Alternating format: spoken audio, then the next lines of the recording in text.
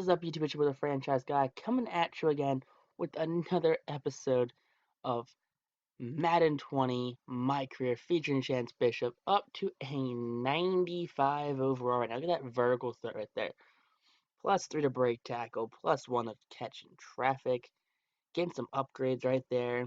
Look at our aggressive goal. 90 catches. I'm thinking it's gonna take us like 3 weeks to get there. Yeah, I think 3 weeks is a fair bit right there. 90 catches in 3 weeks. I could do it. But starting this season off against the Rams, and boy oh boy, are the Rams such a lowly team right now.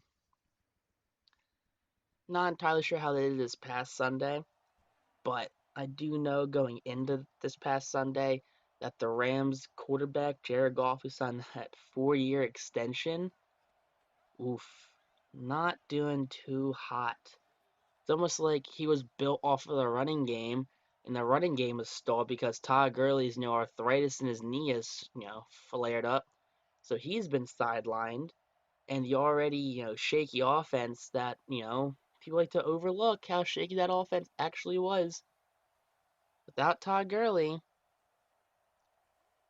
Has sputtered pretty much. Jared Goff has thrown 5 interceptions to 4 touchdowns. Those are rookie numbers for Jared Goff right there. That's showing the same amount of inaccuracy, the same amount of poor judgment. I mean, from what I know, they brought back all of his receiving targets. He even got one back in Cooper Kupp. People are saying if Cooper Kupp was healthy, they would have ended up beating the Patriots. That people kind of sleep on Cooper Kupp not being with the not being on the roster because he was hurt. But I don't, I don't know. I think people were overestimating Jared Goff and the Rams.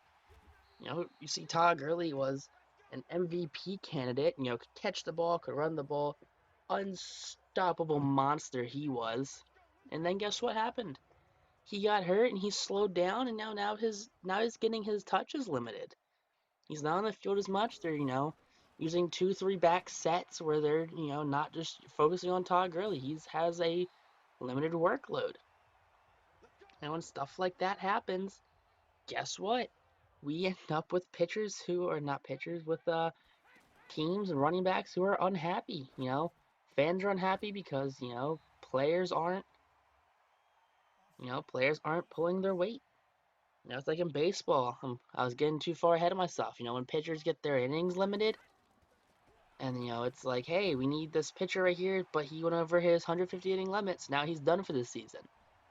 It's like, wow, we could have really used him in the postseason, but guess what? He hit his limit with a month and a half left in the season, so guess what? You don't get him for the rest of the year. Who am I to judge when people say stuff like that? Who am I to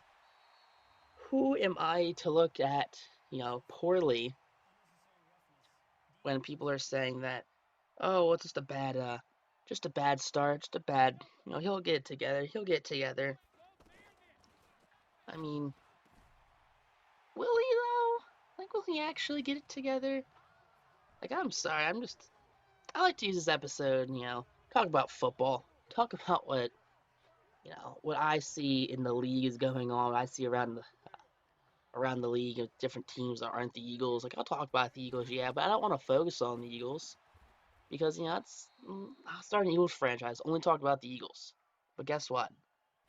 I want to talk about the whole league.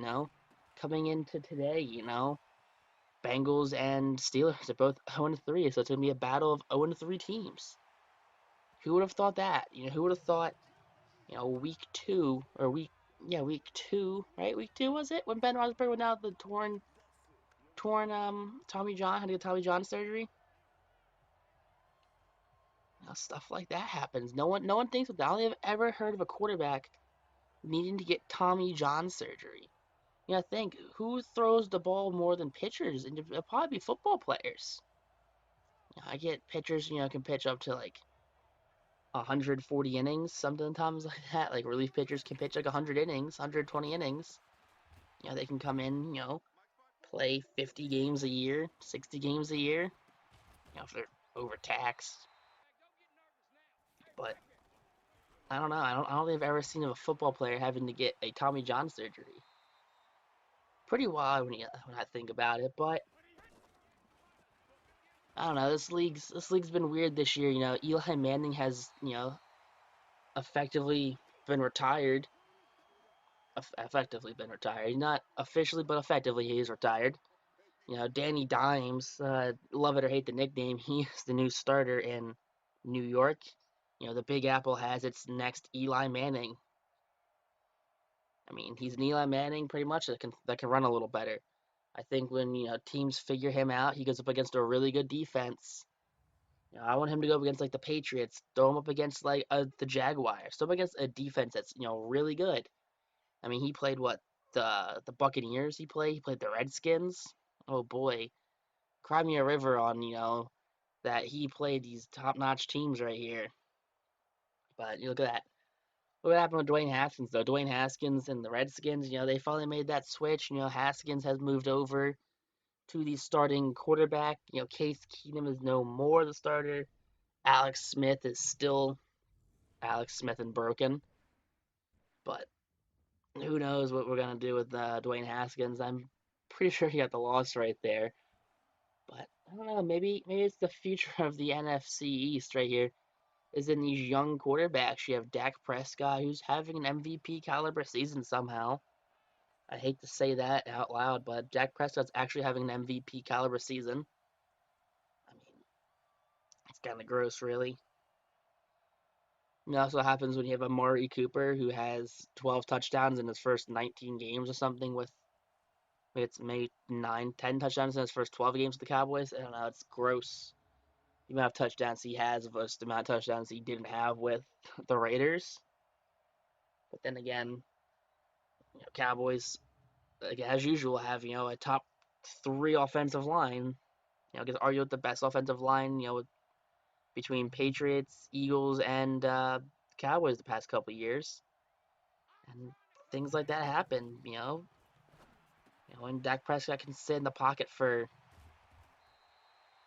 10 seconds, really helps the decision making. Really helps. Throw the ball downfield when your receivers get enough time to break away.